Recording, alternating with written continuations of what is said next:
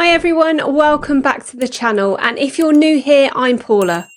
And today I want to talk about something that a lot of people are quietly struggling with right now, even if they're not saying it out loud. Nothing seems to work the way it used to.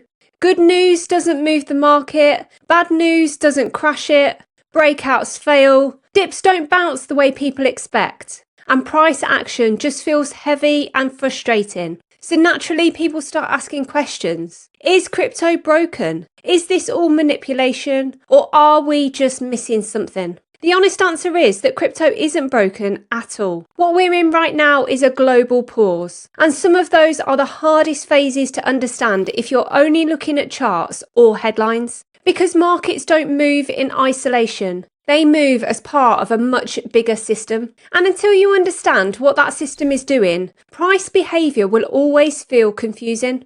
Everything starts with liquidity. Not hype, not narratives, not social media excitement. Liquidity. Every major bull market in crypto has happened when money was easy, confidence was high, and capital was willing to take risk without overthinking it. When liquidity is flowing, markets feel forgiving. Pullbacks get bought quickly, trends feel clean, conviction gets rewarded. But when liquidity becomes uncertain, the entire character of the market changes. Moves struggle to follow through, selling appears earlier than expected, and price spends far more time chopping sideways than trending. That's exactly the environment we're seeing now. There's been a lot of talk about rate cuts and easing, but markets don't move on talk. They move on clarity and follow through.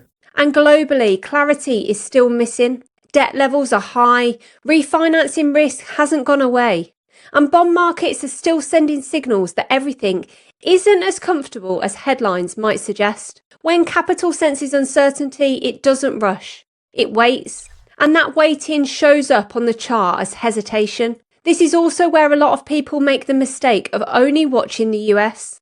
The US matters, of course, but it's not the only piece of the puzzle. One of the most important macro stories shaping global liquidity right now is happening quietly in Japan. For decades, Japan has been the outlier. Near zero interest rates, loose monetary policy, and a structurally weak yen creating an environment where borrowing was cheap. That cheap yen didn't stay in Japan. It flowed into global markets. It funded stocks, bonds, emerging markets, and yes, crypto. A lot of people don't realise how much risk appetite globally was supported by that backdrop. But now Japan is openly discussing raising rates, and that changes everything. Because when Japanese rates rise, the yen strengthens. When the yen strengthens, carry trades start to unwind. And when carry trades unwind, liquidity tightens globally. This doesn't cause instant crashes. What it does is quietly cap upside. It makes rallies fragile, it increases volatility, and it creates exactly the kind of stop-start price action we're seeing now. Add geopolitics into that picture and the pressure builds. Wars that don't resolve, energy risks that don't disappear, elections that inject uncertainty rather than confidence. Geopolitics rarely causes straight-line market moves. What it does is slow down decision-making. Institutions don't deploy aggressively when the global picture feels unstable. They hedge, they reduce exposure, and they wait for clearer conditions. And when institutions wait, markets don't trend. They chop. This is where frustration really sets in, and where the word manipulation starts getting thrown around. People say there was buy-in, prices shouldn't be going down. But markets don't work on fairness or logic in the way people expect. Not all buy-in is equal. Retail buy-in tends to be emotional and reactive. Institutional selling tends to be patient and deliberate. Large players don't chase breakouts. They sell into strength. They use obvious levels as liquidity. So price can fall even when buyers are present, simply because those buyers are being absorbed. That's not manipulation. That's market structure. And once you see that, a lot of confusion disappears. This is also where a deeper question comes in, and it's one I hear more and more. People ask, if all of this is true, why do charts feel like they've stopped working?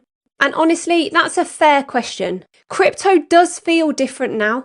Levels that used to hold don't. Patterns that used to play out cleanly seem to fail more often than not. But charts haven't stopped working. What's changed is what the market rewards. Early crypto markets were thinner, retail-driven, and narrative-led.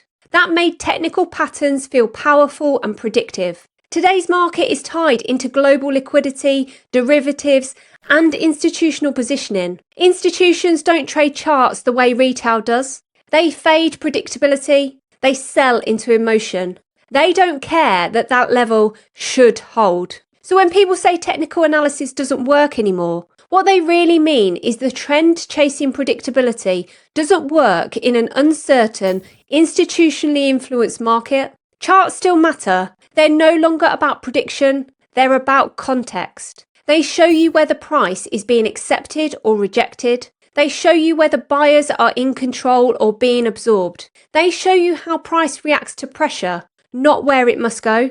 A level doesn't fail because it was wrong. It fails because the environment didn't support it. And that is why looking at charts in isolation feels so frustrating right now. People are asking charts to do a job they were never meant to do. Charts don't create trends. Liquidity does. Charts don't move markets. Confidence does. Charts simply show you what happens once those forces are in play. Psychologically, this is one of the hardest phases of any market. There's no clear trend to follow, no obvious bottom to buy, no clean breakout to trust. Instead, there's boredom. And boredom is dangerous because boredom leads to overtrading, forcing setups, and taking risks simply to feel involved. Historically, these phases aren't where markets end. They're where patience gets tested. So the real question becomes this. What would actually move crypto from here? Not a single headline, not one ETF approval, not one viral narrative. Markets move when multiple things align, when liquidity clearly expands rather than tightens, when confidence returns to institutions instead of hesitation, when macro uncertainty eases rather than escalates. That could come from sustained easing across major economies. It could come from stability in Japan's rate path. It could come from geopolitical tensions cooling rather than intensifying. But when it happens, it won't feel obvious at first. It never does. Real market shifts start quietly. Selling pressure dries up. Pullbacks get bought calmly. Price stops being aggressively rejected.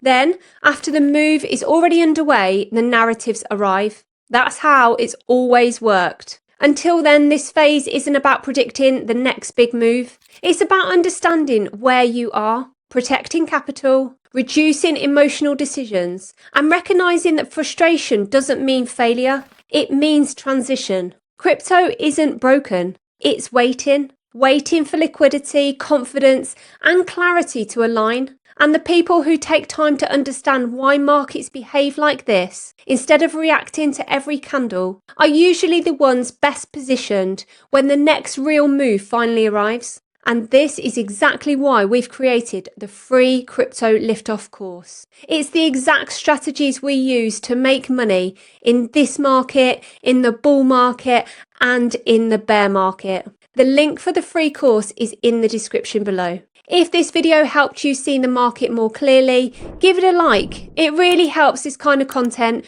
reach the right people. And subscribe if you want more calm, macro-led crypto analysis without the noise. And let me know in the comments, what do you think will be the thing that finally moves this market? Thank you so much for watching, and I'll see you in the next one.